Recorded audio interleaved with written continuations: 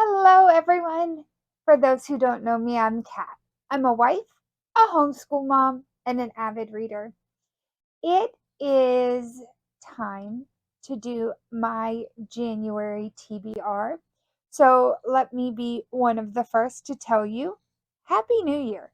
Um, I am actually recording this on New Year's Eve, so you might hear fireworks going off in the background. I unfortunately do not have control over that.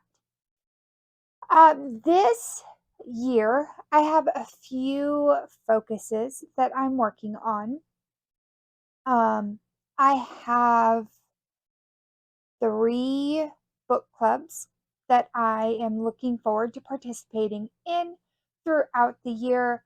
I also um, have a few other more personal goals that I am looking at. I want to finish the Outlander series.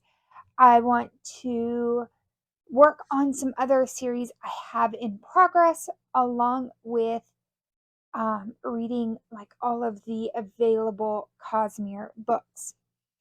So, all of that being said, um, I am going to jump right in and let you know what I'm reading for January. As I already mentioned, one of my main goals going into the beginning part of this year is to complete the Outlander series. I am on book 7 of 9. This seventh one is An Echo in the Bone. And in this one, we have Jamie and um, Claire, who are dealing with the events of the Revolutionary War. And this book is going to take them all the way through those 4 or 5 years. They're going to meet with Benjamin Franklin. They're going to meet Benedict Arnold. Um, so lots of fun kind of um, history sprinkles in. Also, in this one, Brianna and um, Roger are going to get kind of a first-hand account of some of the events that they had studied about in school.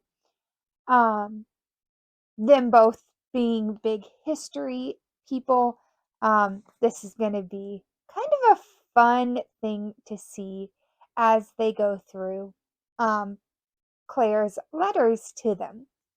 So, An Echo in the Bone is one of the books that I'm looking forward to this month. Another book that I am looking forward to reading during January is Pride and Prejudice by Jane Austen. This one is a classic, and I am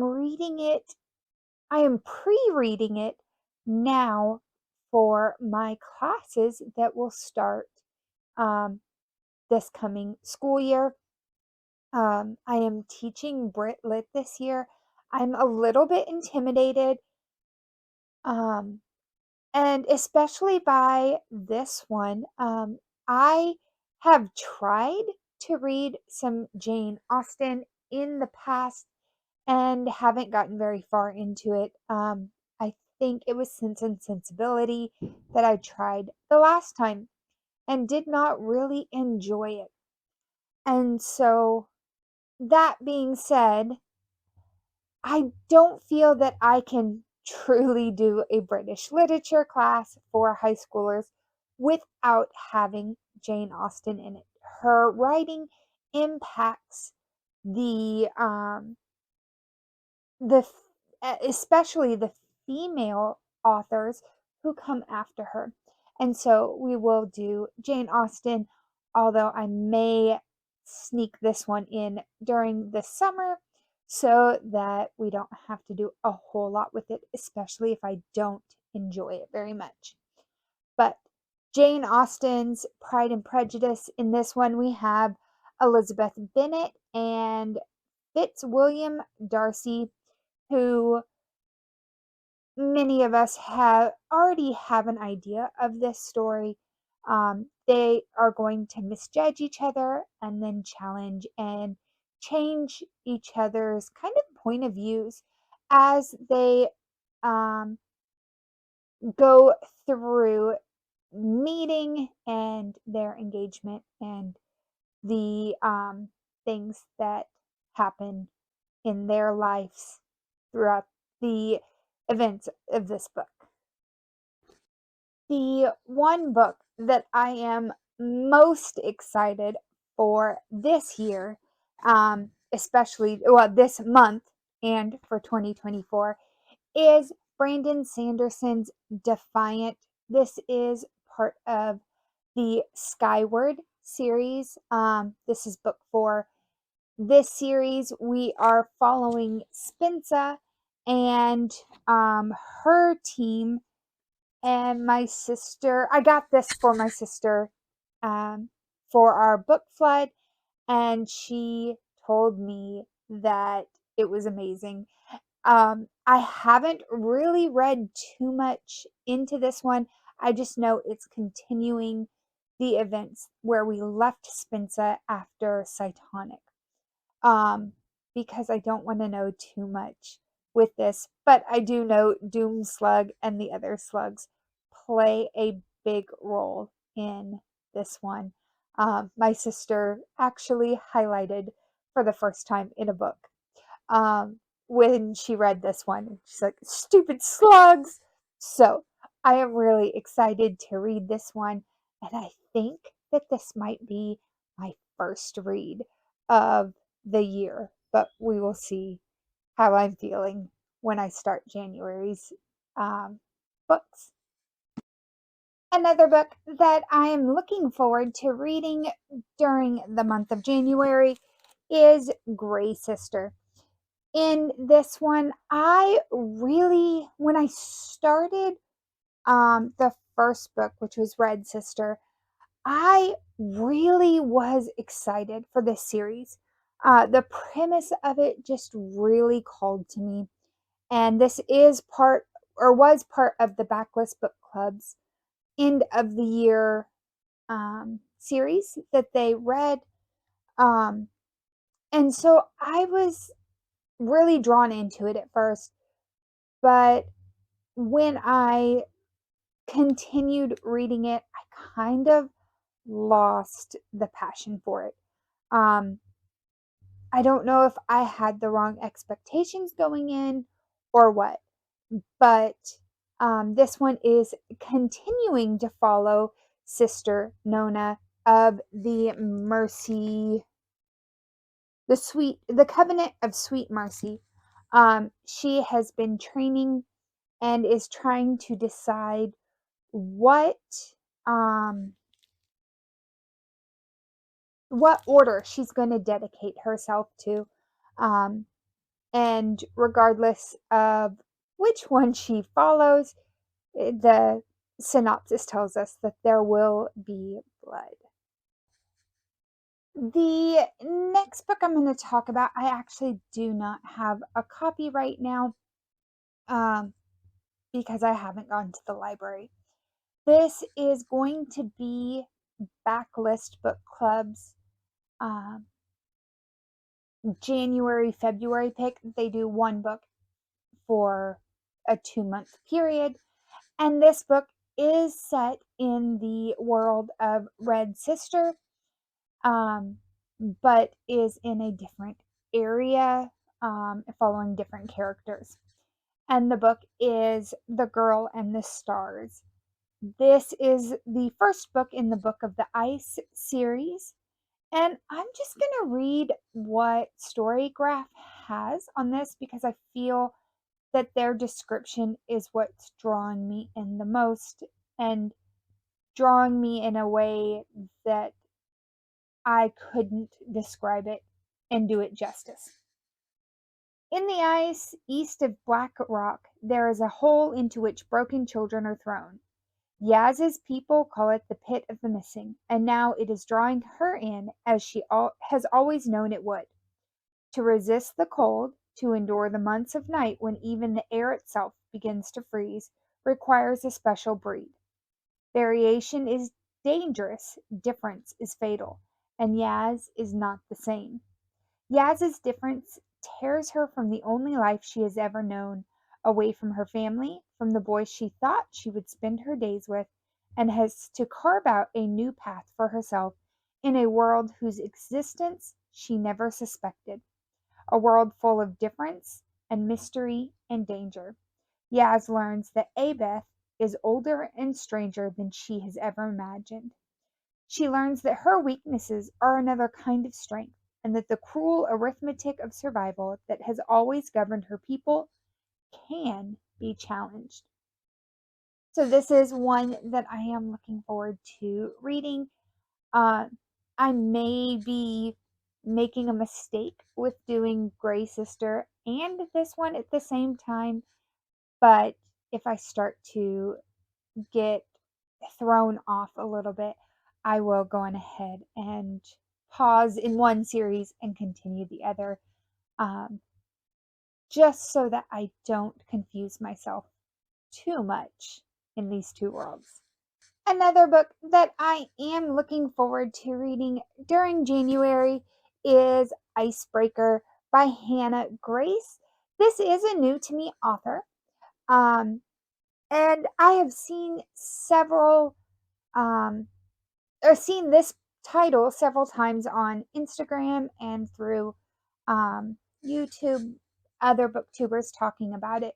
And so I am interested in this one, and it seems like a great January pick with it taking place on the ice. In this one, we have Anastasia Allen, who has trained her whole life for a shot at Team USA for the figure skating in the Olympics. And through events going on, she ends up, she and her team of figure skaters end up having to share the ice rink with a group of hockey players, including the one hockey player who she really doesn't like, Nate Hawkins. And events continue, and it sounds like she and Nate end up teaming up together for her audition into Team USA. But she's not going to fall for him because he's a hockey player, right? Um, so I am looking forward to Icebreaker. Seems like it will be a great change amongst some of these heavier themed books that I have. The next book club book pick that I'm looking forward to is the Pyramid Book Club's pick, which is I'm Not Done With You Yet by Jessie Q. Satanto, I believe is how the last name is pronounced. Not 100% sure. This one is a thriller. The Pyramid Book Club tends to go for thrillers, which a couple years ago really intimidated me, but now I'm finding how much I really enjoy the thriller genre. So here is what this one's about. Jane is unhappy, a struggling mid-list writer whose novels barely command four figures. She feels trapped in an underwhelming marriage, just scraping by to pay a crippling Bay Area mortgage for a house, a life, she's never really wanted. There's only ever been one person she cared about, one person who truly understood her, Talia, Jane's best and only friend nearly a decade ago, during their creative writing days at Oxford. It was the only good year of Jane's life, cobblestones and books and damp English air, heady wine and sweet cider and Talia, endless Talia. But then one night ruined everything. the blood-soaked night that should have bound Talia to Jane forever, but instead made her lose her completely. Talia disappeared without a trace, and Jane has been unable to find her since. Until now. Because there she is, her name at the top of the New York Times bestseller list, A Most Pleasant Death by Talia Ashcroft. When she discovers a post from Talia on her website about attending a book convention in New York City a week, can't wait to see you there. In a week, can't wait to see you there. Jane can't wait either. She'll go to New York City to credit card be damned, and this time she will do things right. Jane won't lose Talia again. This is one that even the cover has really gripped me, and I'm really excited to see where this one takes me. During the month of December, I did find a readathon that was running through the month, through the year, the upcoming year, that each month they take a year and they look back on some books that were released during that year. And this is the Book Girls Guide, and it's there in case you missed it readathon that they're doing. And for January, the year picked is 2012. I have picked a couple books. I actually started with 3 and then realized that I had read one of them. So I have a couple other books that I know I have not read yet.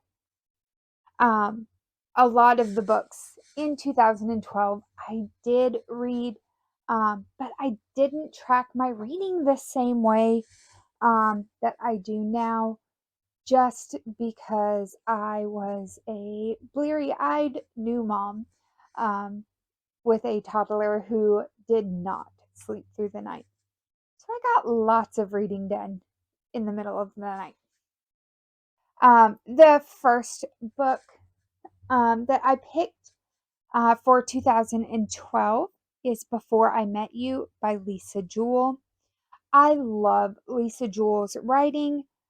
This one is a historical fiction instead of her usual thriller that we see from Lisa Jewell.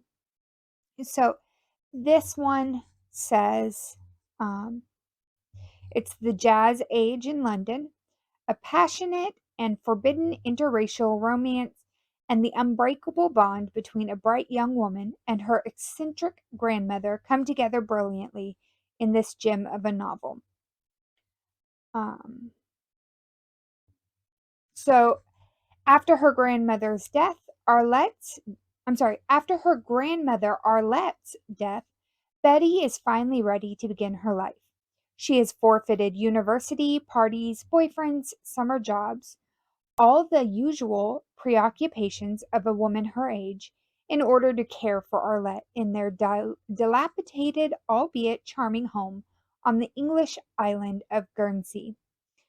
Her will included a beneficiary unknown to Betty and her family, a woman named Clara Pickle, who presumably could be found at a London address.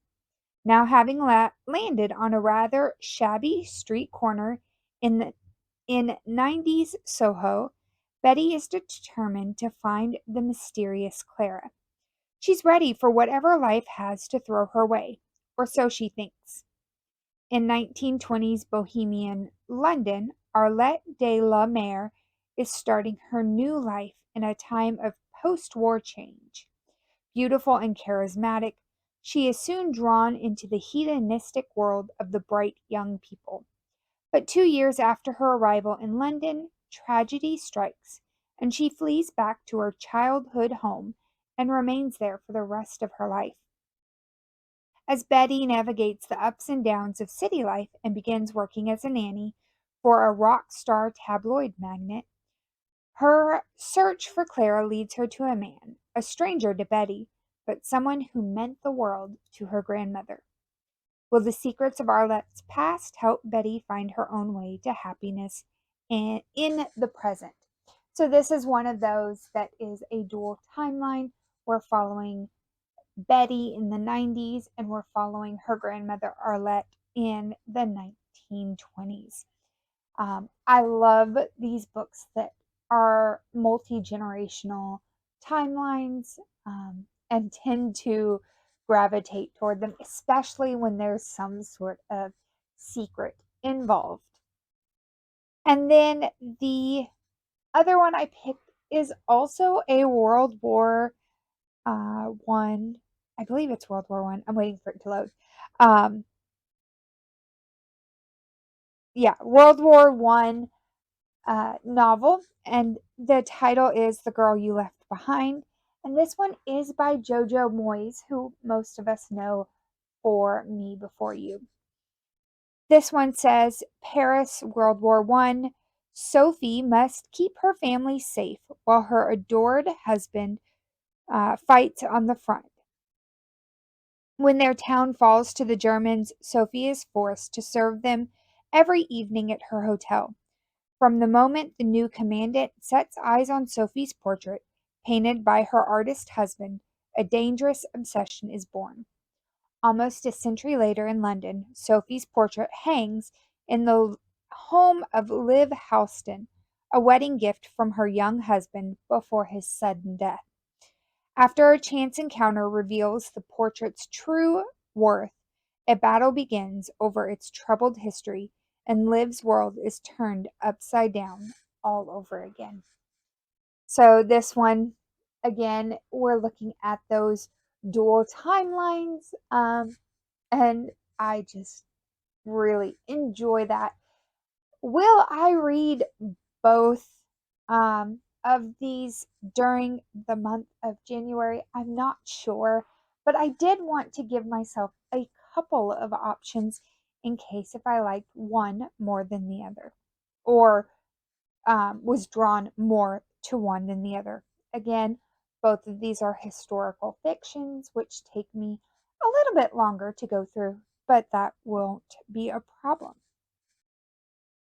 The last book club that I am looking forward to being part of during January, we haven't quite ironed out which title we are going to pick. There was a tie as of this morning. It turned out that the original book I picked, I was the only one who picked it. The other two books that were picked were tied. So I went ahead and removed my original vote and changed it um, so that um, we might have a tiebreaker. And currently, the one that is winning is the Vernon City series. Book one is The Lazarus. This one seems to be a mafia romance. We have June and Caden. And I'm just gonna again read from the back because I feel that the um, synopsis does a great job of telling us kind of what's gonna go on. When Caden stormed into my life, everything changed. The man with the piercing, emerald eyes and a wicked tongue, he dragged me from my world to the depths of his, exposing the underbelly of Burnham. It was dark, gritty, raw. He pushed me, showing me that not only could I survive the fall, but that he'd be right there.